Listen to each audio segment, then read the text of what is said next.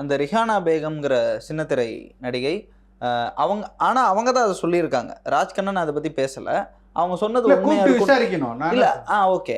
ஆனா இந்த பெண்மணி சொன்னது நம்பலாமா? உண்மைன்னு நினைக்கிறீங்களா? இல்ல உண்மையோ பொய்யோ ஒரு வெளி உலகத்துல வந்து இவ்வளவு பெரிய விஷயத்தை பேசக்கூடிய நோக்கம் எதற்காக இருக்கணும்? அப்ப அவங்களுக்கு என்ன உள்நோக்கமா இருக்கணும்?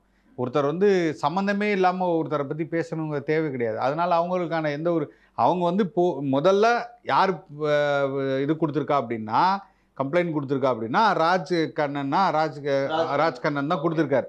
அவரே அவரோட பேர் வந்து அந்த பேர் கிடையாது. அவரோட பேர் வேற பேருன்னு சொல்றாங்க. அந்த பேர்ல தான் எல்லா இடத்துலையும் அவர் மேல பல வழக்குகள் இருக்கு. அந்த பெண்மணி சொன்னதான் நான் சொல்றேன். அந்த பெண்மணி கொடுத்துருக்காங்க. ஒரு ஆடியோ இது ரிலீஸ் பண்ணியிருக்காங்க. அப்போ அதே மாதிரி ஊடகத்திலையும் சந்தித்து சொல்லும் போது அதை சொல்லியிருக்காங்க. அவரோட உண்மையான பேர் அது கிடையாது. ஏமாற்றுவது மிக அதாவது அவர் வந்து ஏகப்பட்ட வழக்குகளில் இதாகி அவர் தண்டனை பெற்று ஜெயிலில் இருந்துட்டு வெளில வந்திருக்கார். அப்போ அவரோட பேரே அது கிடையாது. அவர் வந்து ப்ரொடியூசரும் கிடையாது.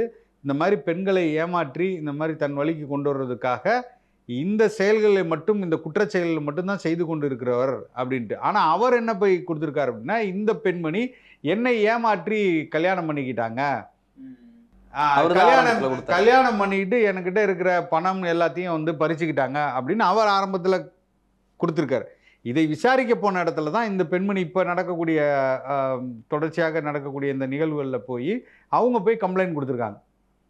இவர் இந்த மாதிரி ஆள், இந்த மாதிரி என்னோட பேசும்போது இந்த மாதிரி விஷயங்கள்லாம் செஞ்சுருக்காரு, என்கிட்ட இருந்து நகைகள் பணங்கள் எல்லாத்தையும் பறிச்சிருக்காரு, அப்படி என்னை ஆசை வார்த்தை கூறும்போது என்னிடம் என்ன ஆசை வார்த்தை கூறி பேசினார் என்றால் அப்படின்னு அங்கே தான் தொடங்குறாங்க. என்கிட்ட ஒரு ஆசை வார்த்தை கூறி உனக்கு வந்து என்ன நம்மளுக்கு ஒரு கோடி ரூபா வரும், 80 லட்சம் ரூபாய்க்கு மேலே ஒரு இடத்துல வரும். அது என்ன மாதிரியான ப்ராஜெக்ட் அப்படின்னா, அந்த ப்ராஜெக்டுக்கு சீமான் அவர்களிடம் போய் ஒரு பெண்மணியை கொண்டு போய் அறிமுகப்படுத்தி, அது ஒரு மைனர் பெண்ணுன்னு சொன்னாங்க.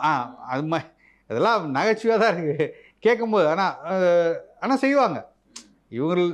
அந்த இடத்துக்கு போய் செய்யக்கூடிய மனிதர்கள் தான் அதாவது திமுக நீங்கள் வரலாறு தொடர்ந்து நீங்கள் எடுத்து பார்த்தீங்கன்னாவே அப்படி தான் இருக்கும். திராவிடத்தின் வரலாறு யாரையும் நேரடியாக எதிர்கொண்டு இவர்கள் வீழ்த்தினதாக சரித்திரமே இருக்காது. வஞ்சத்தின் அடிப்படையில் இந்த மாதிரி நயவஞ்சகம் செய்து தான் இவர்கள் வீழ்த்திய பழக்கமே தவிர நேரடியாக எதிர்கொண்டு யாரையும் எதிர்க்க மாட்டாங்க. உங்களோடு உறவாடி ஒட்டி உருவாடி உங்களோடு கூடவே இருந்த அண்ணன் சொல்லுவார் இல்லையா, கூடவே உடியாருவான், நீ அவன் நம்பி நீ கூடவே இருந்தானா தப்புன்னு திரும்பி குரலையை கடிச்சு நரிமை கடிச்சிட்டு உன்னை காலி பண்ணிட்டு போயிடுவான்னு சொல்லுவார்ல, அதுதான் அவங்க.